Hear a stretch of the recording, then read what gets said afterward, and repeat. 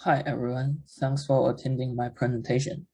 This is Zheng. I'm from Amazon Alexa AI, and today I'm gonna present my work called Paraphrase Label Alignment for Voice Application Retrieval in Spoken Language Understanding.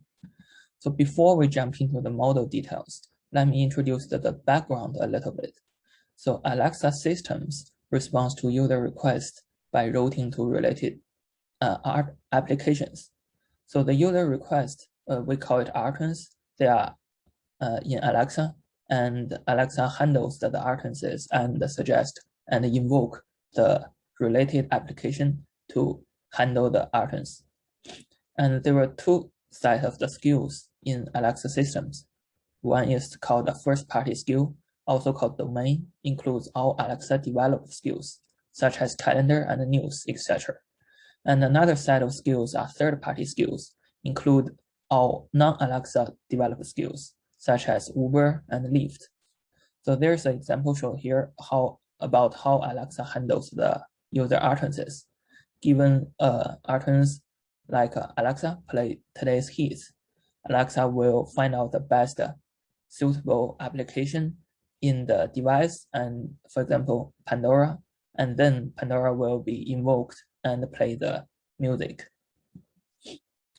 And back to our research question in this paper, our goal is to avoid unnecessary utterance failures in spoken language understanding systems, such as model incapability or routing errors. We propose a skill retrieval systems as a downstream service to suggest the fallback skills to unclaimed utterances. So what's the meaning of the goal? So we can take a look at the figure shown below. The figure below shows the overall pipeline in Alexa. After the user issue a utterance like play today's hit, the device will first pass to the ASR module, the audio speech recognition module, to convert the audio to text. And then it will pass to the NLU module, the natural language understanding module, including three parts: the domain classifier, the intent classifier, and the slot type for the NER. And then it will decide whether this utterance is claimed or not. If there is a claim, if the utterance is claimed, meaning that there will be a suitable skill to handle this utterance, and then the skill will be launched. If it's not unclaimed, meaning that there's no suitable utterance, suitable skills for that in our previous pipeline in Alexa, those unclaimed utterances will be directly sent back to the users by saying that, oh, sorry, we cannot understand. But in this paper, we propose a PLA model, the Paraphrase Label Alignment model, which leverage those claimed utterances and trying to find some fallback skills to handle those unclaimed utterances. Because this, as we mentioned before, those unclaimed utterances are caused maybe by the NLU module incapability or some routing errors. Those unclaimed utterances might still be in a good quality to assign some appropriate skills. And then passing the PLA model, we will suggest the best suitable fallback skills and ask whether the customer is satisfied or not. If the customer is satisfied, we will therefore launch the skill. Otherwise, we will still return saying that, sorry, we cannot handle it. So the method for the fallback skill recommendation is a two-step approach, including a paraphrase detection and a skill retrieval.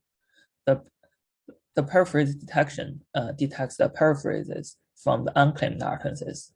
Those unclaimed utterances are associated with launched skills, and they can give us more information from the content side and as a data augmentation. And the skill retrieval model is to retrieve skills via a customized loss function, aligning paraphrase launched skills. So the pseudocode showed in the red part, showing the two-step details. The paraphrase detection step, it contains two parts of the similarity calculation. We will explain in the next slides. And skill retrieval, including a shortlister and a re-ranking, shortlisting and a re-ranking stage. We'll also explain the details in the next couple of slides.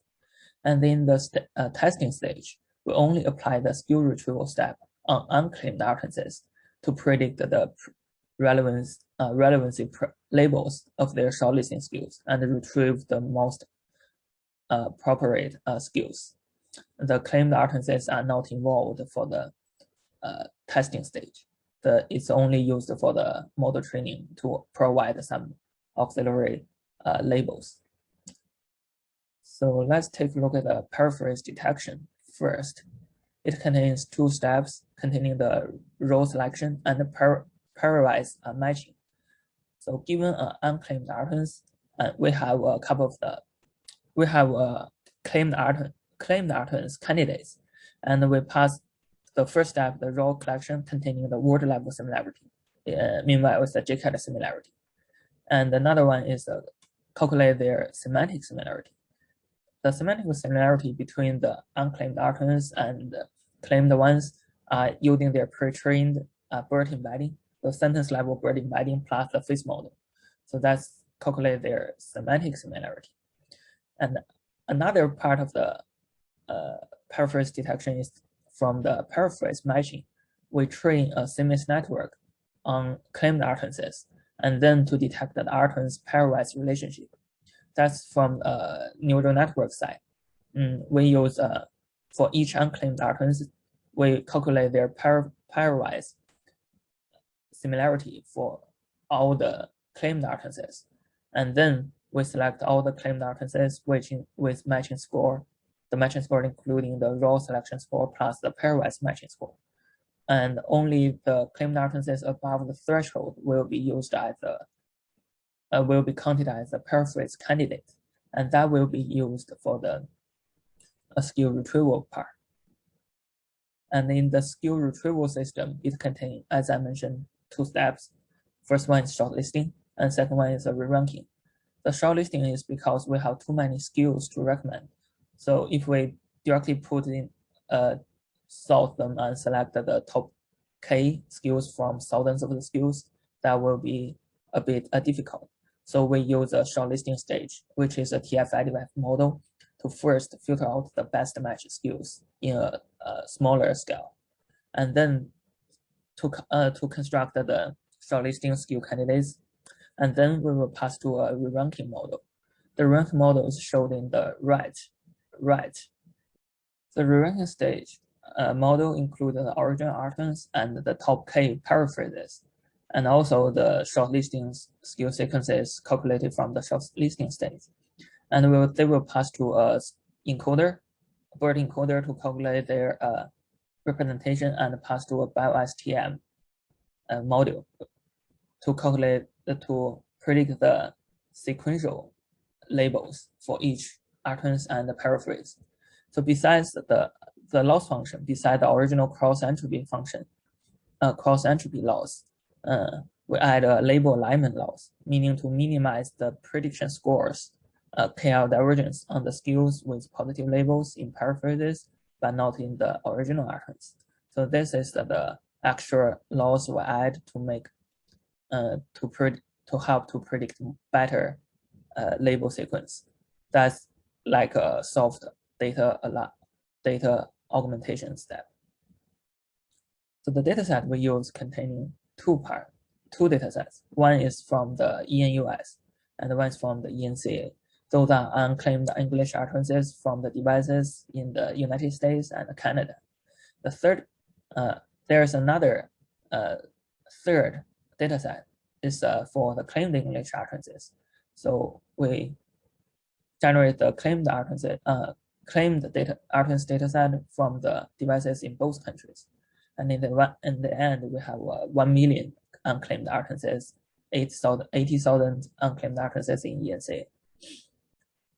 For the paraphrase detection evaluation, so with the paraphrase detection, in the first step, we evaluate different encoder structures, such as tiny bird, bird, X bird, and so on. And we show the comparison results here. So this is for the encoder structure to build up the seamless network. And in the end, we find that the IMO structure surprisingly performs the best. The second one is the skill retrieval evaluation. So in the skill retrieval module, we have multiple components. So TF-IDF is for example, TF-IDF is for the Elasticsearch. Listwise is for the BioSTM layer, and the listwise plus PL is how we calculate those. So those are the truncated parts of our full model to see. By removing each of the module, we can see whether they will cause a model performance degradation. And in the end, we find that all the model parts in our designed model are useful, and we evaluate on the precision recall F1 score and the NDCD.